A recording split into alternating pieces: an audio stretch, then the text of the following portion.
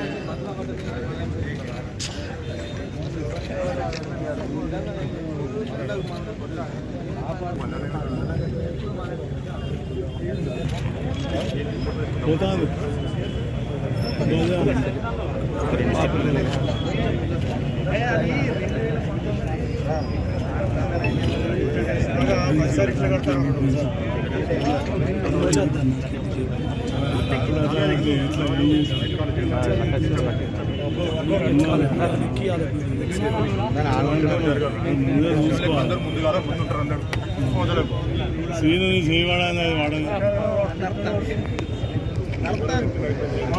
అప్పుడు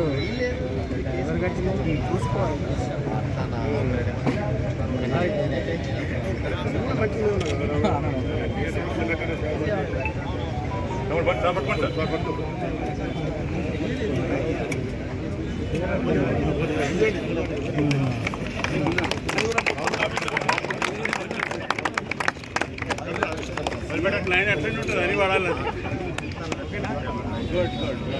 పాడు జరగదు అన్న.